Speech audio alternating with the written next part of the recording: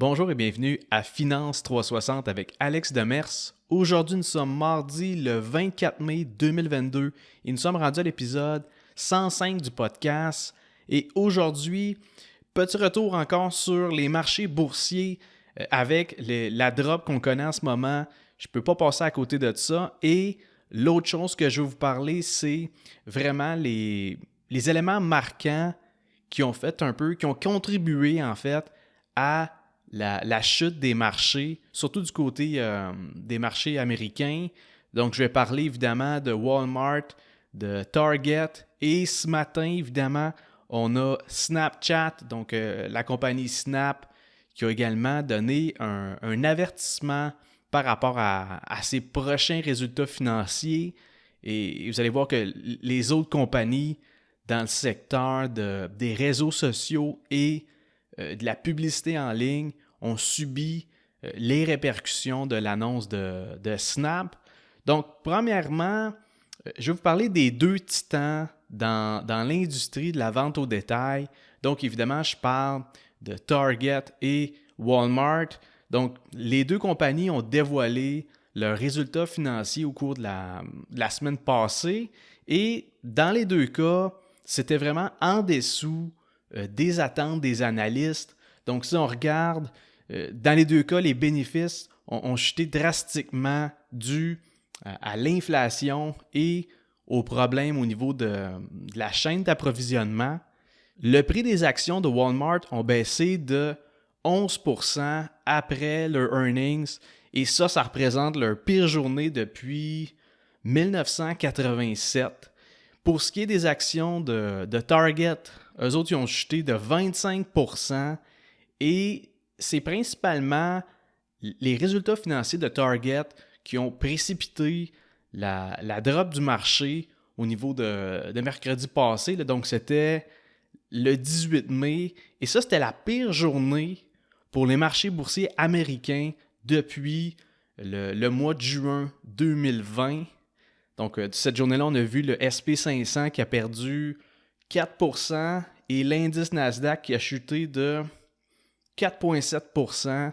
Donc, c'est des journées assez rouges, surtout pour ceux avec un gros exposure du côté américain. Et aujourd'hui, ce qui a fait dropper le marché, c'est l'avertissement de Snap, donc la compagnie derrière l'application Snapchat.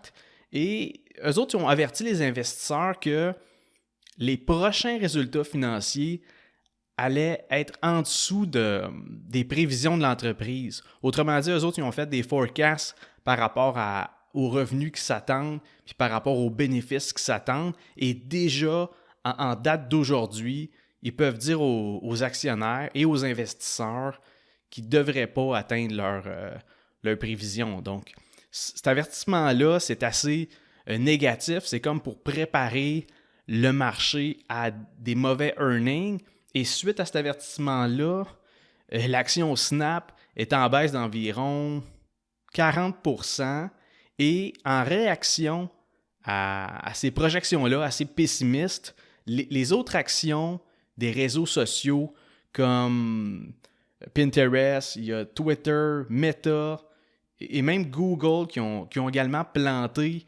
Donc, on parle entre autres d'une drop d'environ 20% pour Pinterest et autour de 10% pour Facebook.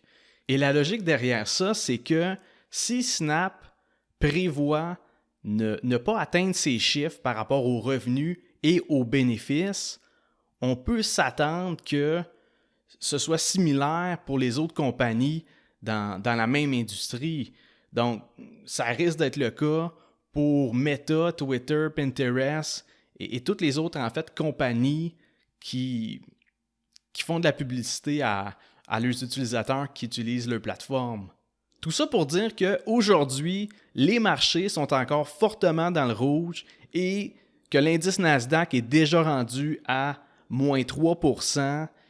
À date, en 2022, du côté de mon portefeuille, il y a pas mal juste les actions de Merck & Co, TELUS, BMO et Enbridge qui ont résisté à la chute du moment.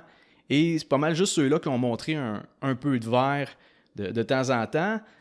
Mais justement, je veux prendre un peu de recul par rapport à la situation actuelle parce que faut comprendre que les investisseurs qui vendent aujourd'hui, ils le font parce qu'ils anticipent que dans les prochains trimestres, on ait de moins bons résultats financiers et que ça va se refléter dans le prix de l'action du fait que si les résultats ne sont pas bons, le prix descend, c'est tout drivé par les earnings.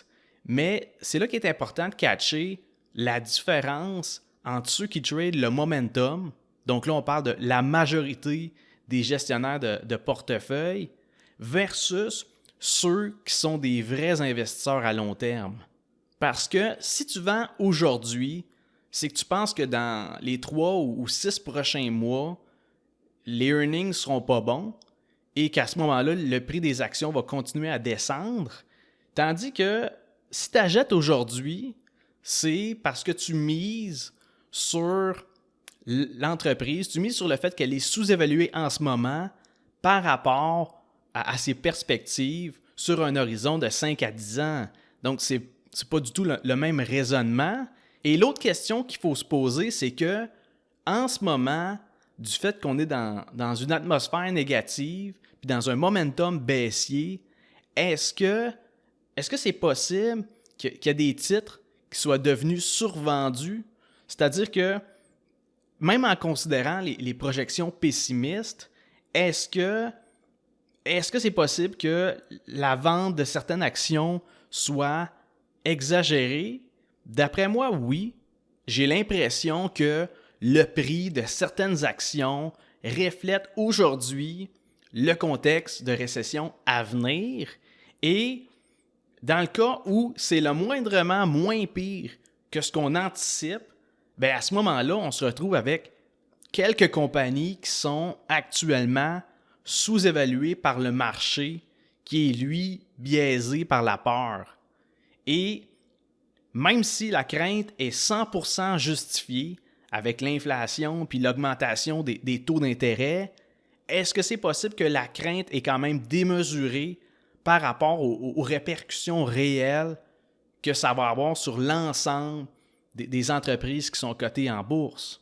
De mon côté, plus la chute se poursuit, plus je compte continuer, dans le fond, à acheter de façon périodique tout au long du bear market. Si vous suivez le podcast, ben vous savez que ça fait à peu près un peu plus que 2 semaines que j'ai commencé à grossir certaines de mes positions et c'est pour ça que je trouve ça important de rappeler qu'il ne faut pas essayer de trouver le bottom puis qu'il ne faut pas non plus investir tout son argent d'un seul coup. Comme je l'ai déjà dit et comme je l'ai déjà fait en 2020, mon approche dans un marché baissier, c'est d'acheter de façon périodique, donc à peu près environ 2 semaines, et profiter en fait quand les indices sont dans le rouge et qu'il y a une grosse baisse au niveau des prix. Dans ce cas-là, j'ai splitté le montant dans mon encaisse pour pouvoir acheter plus que juste une fois.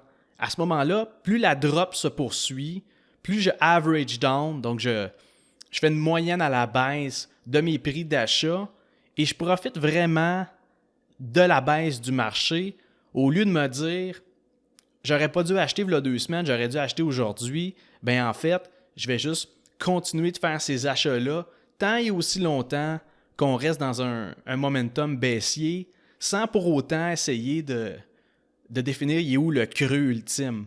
Et ça, évidemment, dans l'optique de conserver les actions sur un horizon à long terme, donc de plusieurs années.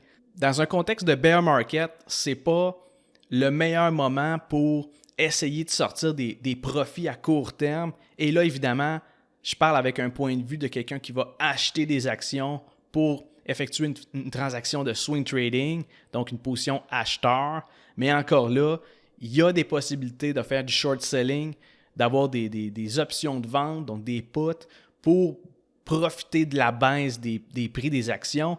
Mais dans l'épisode d'aujourd'hui, je ne veux pas aller là, mais ça reste des possibilités au niveau du trading. Sinon, pour l'investisseur à long terme, typique, c'est le meilleur moment pour grossir son portefeuille sans pour autant essayer de définir c'est où le plus bas que ça va descendre. Et je vais aussi prendre le temps de glisser un mot par rapport au contexte du bear market. En fait, c'est juste de vous dire que dans les prochains mois, je m'attends à ce qu'on voit de plus en plus des acquisitions au niveau de la bourse. Dites-vous qu'en ce moment, il y a des entreprises avec beaucoup de liquidités qui veulent investir leur argent de la meilleure façon pour eux aussi se protéger face à la perte de pouvoir d'achat due à l'inflation.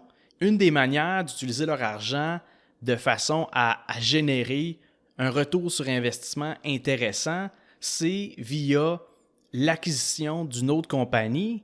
Et là, pourquoi le faire prochainement?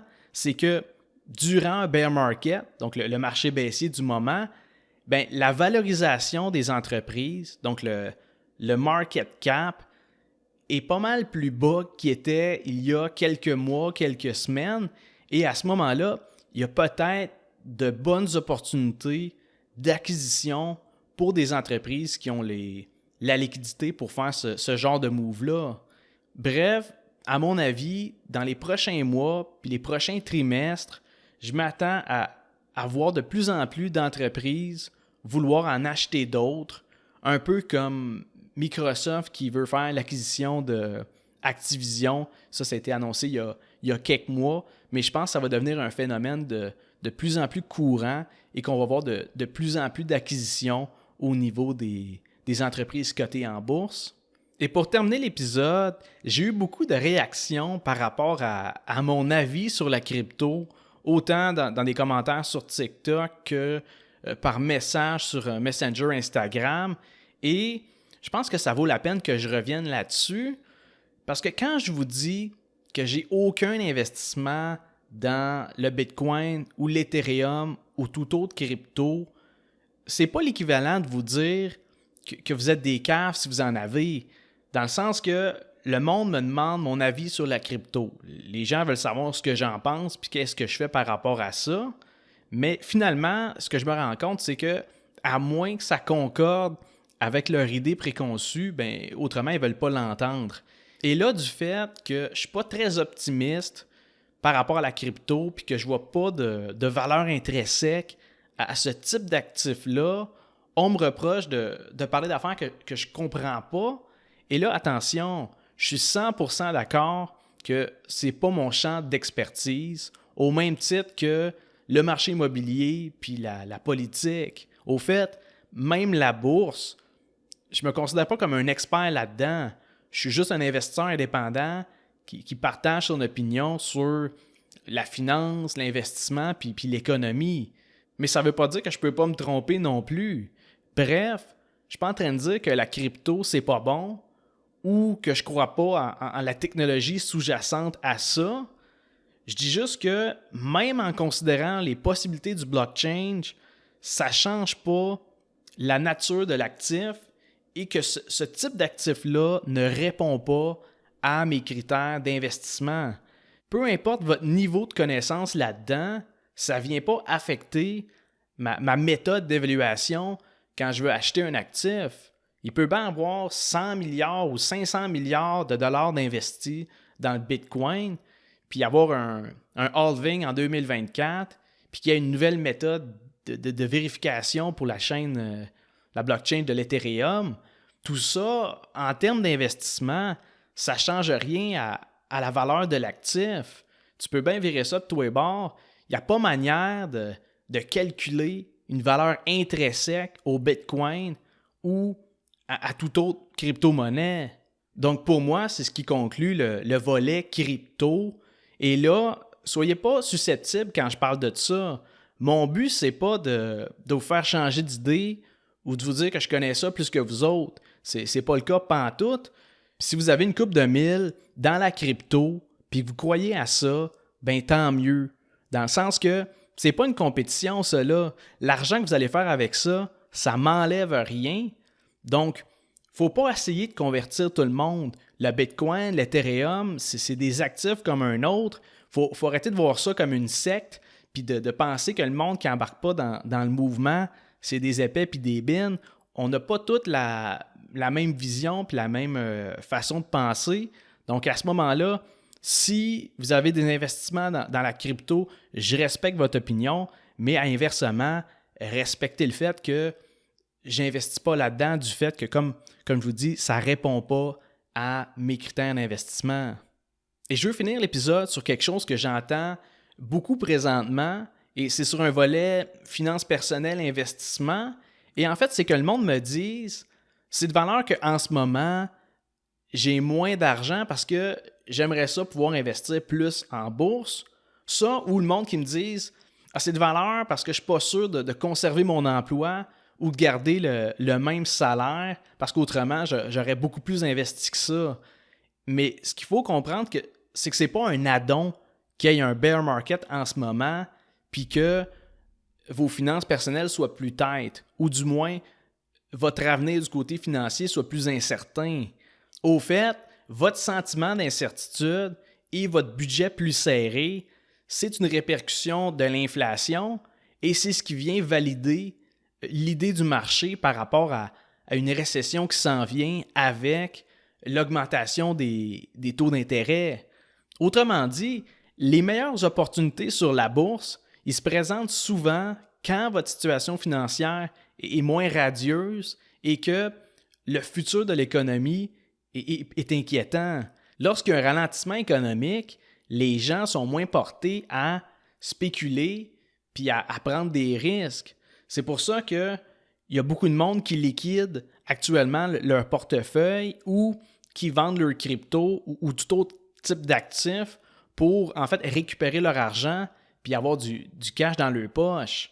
Et je pense que pour beaucoup de nouveaux investisseurs qui ont commencé à trader puis à investir durant le crash du coronavirus ou un peu après, bien, ces personnes-là, malheureusement, ils ont juste vu le marché monter. Encore là, c'est pas tout à fait vrai dans le sens que parmi ces gens-là, il y a du monde qui ont acheté des actions dans les stocks de cannabis ou qui ont acheté des actions dans l'industrie des véhicules électriques comme NIO puis Lion électrique, tout ça. Eux autres, même durant la belle montée, ils n'ont pas eu des beaux rendements, mais sinon, pour le monde qui ont investi dans les big tech puis dans les autres titres de qualité, depuis mars-avril 2020, c'est un marché haussier qui est assez motivant et qui est facile à gérer. Dans un marché baissier comme en ce moment, c'est pas la même game. C'est-à-dire que quand tu te connectes sur ton compte de courtage puis que c'est rouge depuis quelques semaines, tu commences à trouver ça plus difficile, la gestion d'un portefeuille. Dans tous les cas, c'est pas le premier bear market et ce sera pas le dernier non plus. On a vu d'autres récessions aussi. Il y en a eu d'autres avant. C'est un phénomène normal dans un cycle économique. Et historiquement, depuis le début des années 1900, le marché des actions a toujours remonté. L'économie s'est toujours remise sur pied. Et les investisseurs à long terme qui ont conservé leur position ou qui ont grossi leur position, historiquement, ils ont obtenu des rendements moyens qui leur ont permis de faire fructifier leurs avoirs. Ça, mélangé évidemment avec les versements de dividendes qui n'ont pas arrêté, même durant une période de marché baissier. Donc, je termine l'épisode comme ça et je vous rappelle qu'il ne faut pas se laisser démoraliser par le portefeuille qui perd de la valeur ou par des positions qui affichent un rendement négatif. On se rappelle qu'un portefeuille, ça a une durée de vie de plusieurs dizaines d'années. Donc, qu'est-ce qui se passe actuellement? Ça représente une infime partie de la durée de vie de vos investissements. Donc, même si au day-to-day, ce n'est pas super motivant, il faut garder l'optique d'un investisseur à long terme et il ne faut surtout pas vendre quand la peur est à son comble.